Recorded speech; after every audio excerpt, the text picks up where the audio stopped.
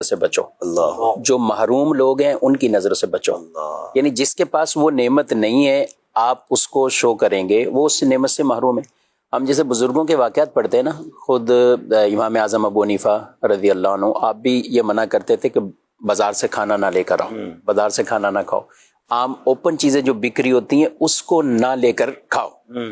آج کل یہ بڑی عجیب بات لگے گی لوگوں کو کہ یہ کیا ہوا، تو وہ کیوں منع کرتے تھے؟ وہ اس لیے منع کرتے تھے کہ یہ ایسی چیزیں ہیں کہ جس پر محروم لوگوں کی نظریں پڑ چکی۔ اللہ اکبر۔ میرے والد صاحب کراچی میں آئے تو ہم دودھ منگاتے ہیں تو جہاں شاپر تھیلی میں ہے، پنجاب میں یہ کلچر نہیں ہے، ہاں، وہ برتن میں، بالٹی میں۔ ہاں، تو اس دن سے میرے گھر میں تھیلا آیا کہ آج کے بعد یہ دودھ ایسے نظر نہیں آئے۔ اچھا، محروم سے مراد یعنی محروم لوگ یعنی ایک تو وہ ہے کہ جس کے پاس قوت خرید نہیں ہے، اور ایک وہ ہے کہ جو اس وقت وہ چیز اس کے پاس میسر نہیں، ضروری نہیں کہ وہ خرید سکتا ہو یا نہ،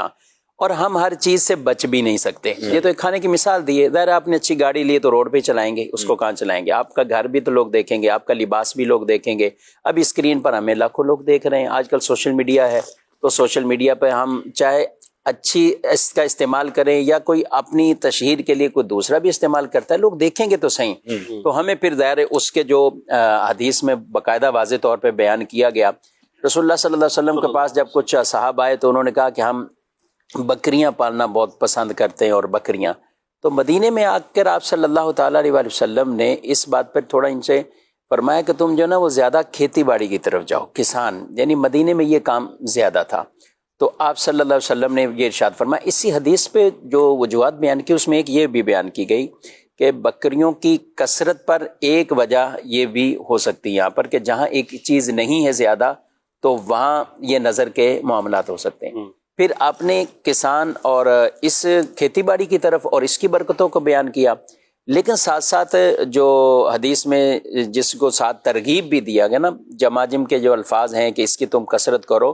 اس کی مختلف تعبیرات بیان کی گئی۔ ایک یہ ہے کہ اپنی ان کھیتیوں کے اندر بھی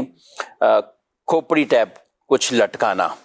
یعنی کوئی ایک ڈنڈا یا کچھ ایسی کہ اس کے اوپر ایک کھوپڑی لگی کہ انسان کو پہلی نظر سے کوئی چیز بھائے نہیں، اس کو بدی محسوس ہو، اس کو تعجب اور حسد والی یہ دونوں نظریں نہ پڑ جائیں۔ ایک ہوتی تعجب کی نظر، کیا بات، کیا، یعنی تعجب سے یعنی وہ انسان خود فیل کرتا ہے کہ میرے پاس نہیں ہے، یہ بھی ایک تعجب کا نظر ہے۔ ایک ہے حسد کی، سب سے بدترین نظر جو ہے وہ حاسد کی نظر سے بچنا ہے۔ اصل اس کے سامنے تو آدمی کوشش کرے کہ جس کے بارے میں پتا ہے، اس لیے کہا نا اچھا خواب آئے، لیکن اس میں بھی یہ نا کہ اسی کو بتاؤ جو تم سے محبت کرتا ہو، تمہارا دشمن نہ ہو، تمہاری کوئی عداوت اس کے دل میں نہ ہو، تو اس کو تو یوں ہم دیکھیں تو قرآن پاک میں بھی اچھا حضرت یعقوب علیہ السلام نے اپنے بیٹوں کو کیا نصیحت کی جب بیٹے سارے جانے لگے؟ اچھا پہلے بھی تو بیٹے گئے تھے حضرت یوسف علیہ السلام کے پاس، گندم لے کر بھی آئے، حضرت یوسف علیہ السلام نے پہچان بھی لیا میرے بھائی ہیں، تو پوچھا بھی اور بھی کوئی ہے؟ ہاں ایک اور بھائی بھی ہیں۔ کہا کہ آئندہ گندم نہیں ملے گی جب تک اس کو لے کر نہیں آؤ گے۔ اب پہلے 10 افراد یہ گئے تھے، اس وقت تو یہ چلے گئے، اب جب آئندہ کے لیے کہا، جب تعارف ہو گیا کہ سارے بھائی ہیں، تو حضرت یوسف علیہ السلام کو تو پتہ لگ گیا تھا، لیکن اس محفل مجلس میں جتنے لوگ تھے سب کو پتہ لگ گیا کہ یہ 10 بھائی ہیں۔ اب جب 11 آنے لگے تو آپ کے والد محترم نے تلقین یہ کی تھی کہ اب تم نے ایک ساتھ ایک دروازے سے نہیں داخل ہونا، تو یہ تمہارے اوپر جو ایک نظر پڑے گی نا کہ یہ 11 بھائی ہیں۔